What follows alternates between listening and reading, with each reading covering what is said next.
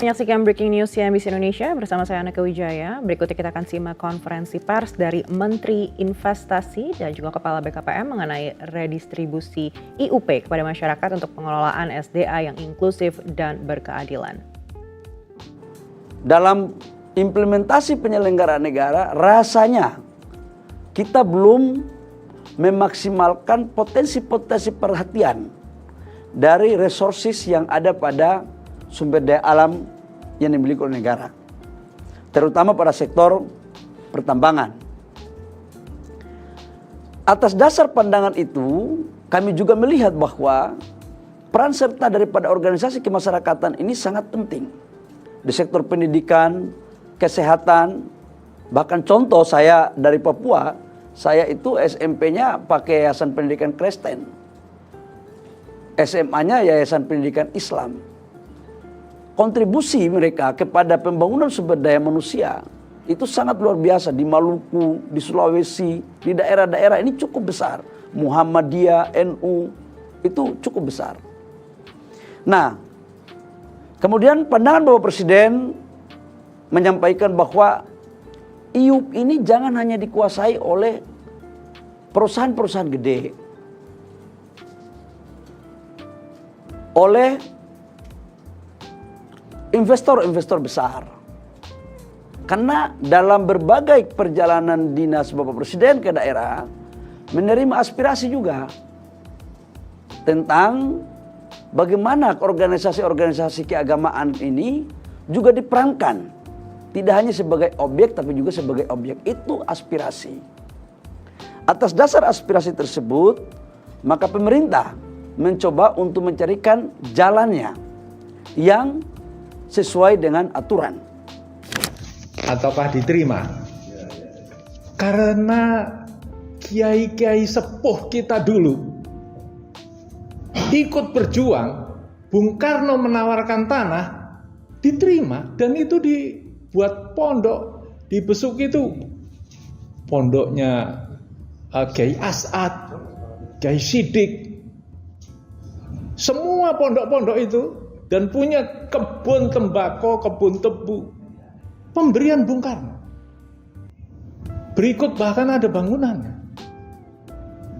Dan itu tidak perlu duit.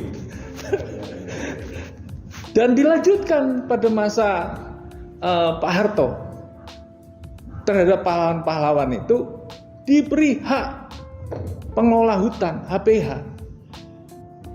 Bahkan ada anaknya teman saya itu, anaknya Bung Tomo itu, karena sama-sama di Surabaya, Mas Bambang itu ngeluh. Karena apa? Nggak bisa ngelola. Terus dia ya cari partner. Nah, maksud saya gini, dengan ada BIMTEK, maka ada 5 hal yang bisa kita klaster di situ. Pertama, persoalan regulasi. Dan tadi sudah disampaikan oleh Kiai Sanusi. Banyak hal di situ dibongkar. Apakah itu minerba, apakah itu batu bara, apakah itu lelang, apakah itu ditawarkan. Banyak hal. Persoalan regulasi pertama. Kedua, persoalan finance. Betul yang dikemukakan oleh Kiai Said Agil tadi pagi, ya, soal keuangan yang tadi disebut oleh Gus Imam. Kita harus bayar sana, bayar sini. Ya. Ketiga, yang tadi barusan juga disebut persoalan sumber daya manusia. Karena kita tidak biasa mengelola tambang. Iya kan?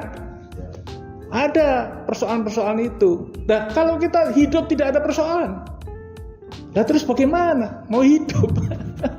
Hidup memang harus ada persoalan, dan di situ kita cari hikmahnya. Dan keempat, seperti saya tadi sudah sampaikan, dan sesuai dengan apa yang kalau Pak Kiai Said Agil itu ada 7, kalau saya 5 aja lah dulu. Iya kan? Yang keempat adalah persoalan, kalau tadi sudah finance, budgeting, yang keempat adalah persoalan teknologi. Dalam persoalan teknologi sekarang terbuka semua.